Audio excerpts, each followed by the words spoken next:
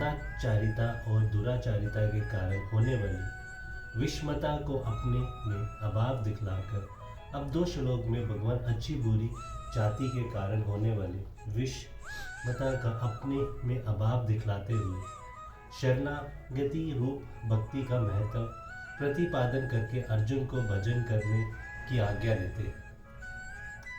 माहि पार्थ व्यपाश्रित्य येपि स्यु पाप योन्य चित्रो वेश्या तथा शूद्रास्ते भी शान्तित परा गति।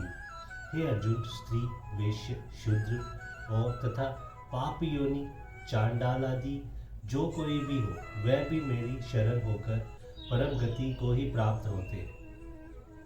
पापयोन पद यह किसका वाचक?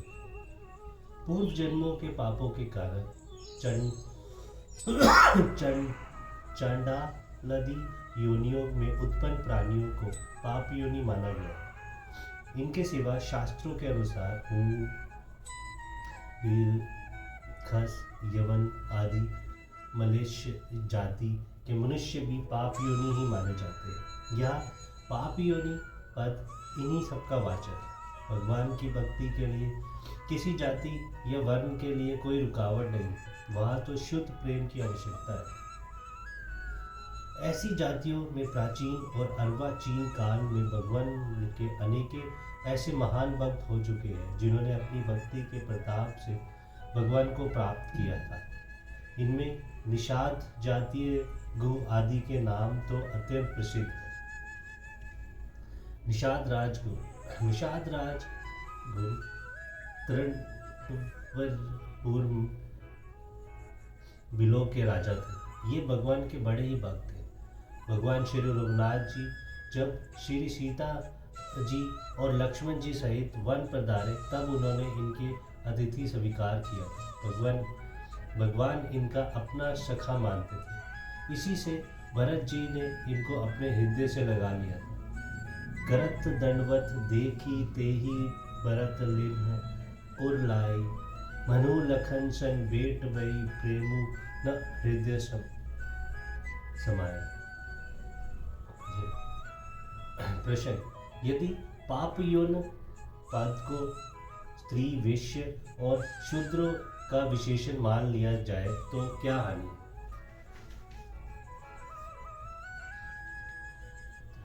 वेश्य की गणना द्विजों में की गई है।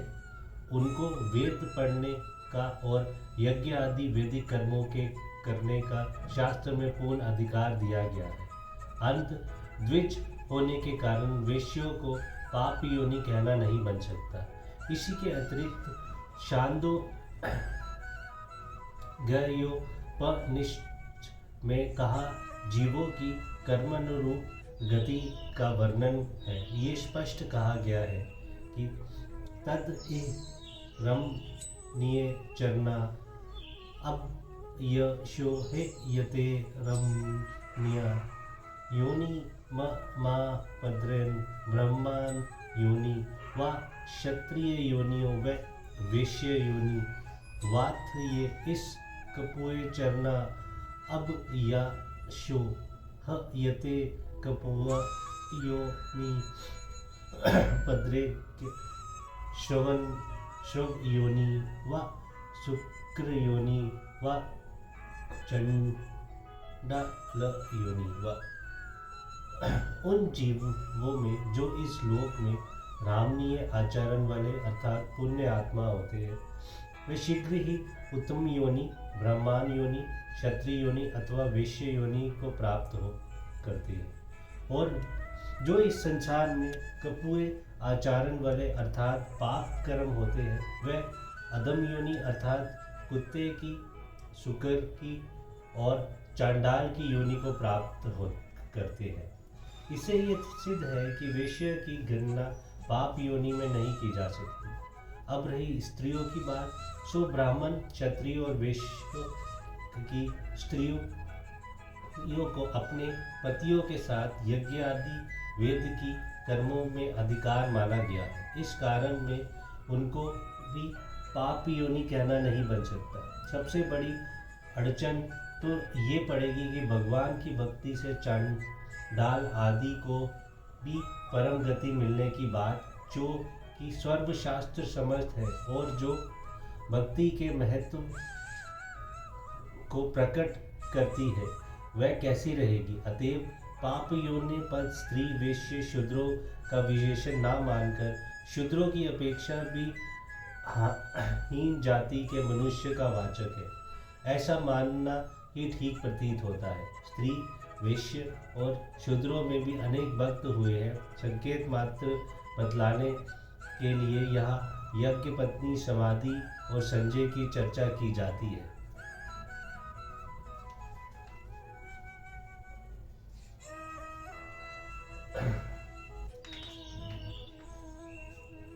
यहाँ 2 बार अपि के प्रयोग का क्या भाव है। यह अपि का 2 बार प्रयोग करके भगवान ने ऊंची नीची जाति के कारण होने वाले विश्वतमा का अपने में स्वतः अभाव दिखलाया है।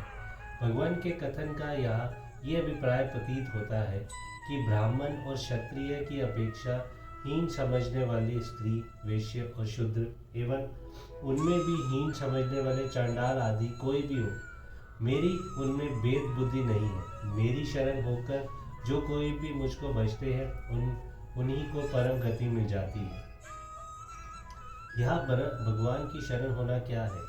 भगवान पूर्ण विश्वास करके 34वें श्लोक की कथा अनुसार प्रेम पूर्वक सब प्रकार भगवान की शरण हो जाना, अर्थात उनके प्रत्येक विधान में सदा संतुष्ट रहना, उनके नाम रूप गुण लीला आदि का निरंतर श्रवण कीर्तन और चिंतन करते रहना, उन्हीं को अपनी गति वर्ता प्रभु आदि मानना, श्रद्धा भक्ति पूर्वक उनका पूजन करना, उन्हें नमस्कार करना, उनकी आज्ञा का पालन करना और समस्त कर्म उन्हीं के समन कर देना आदि भगवान की शरण होना है। जय श्री कृष्ण।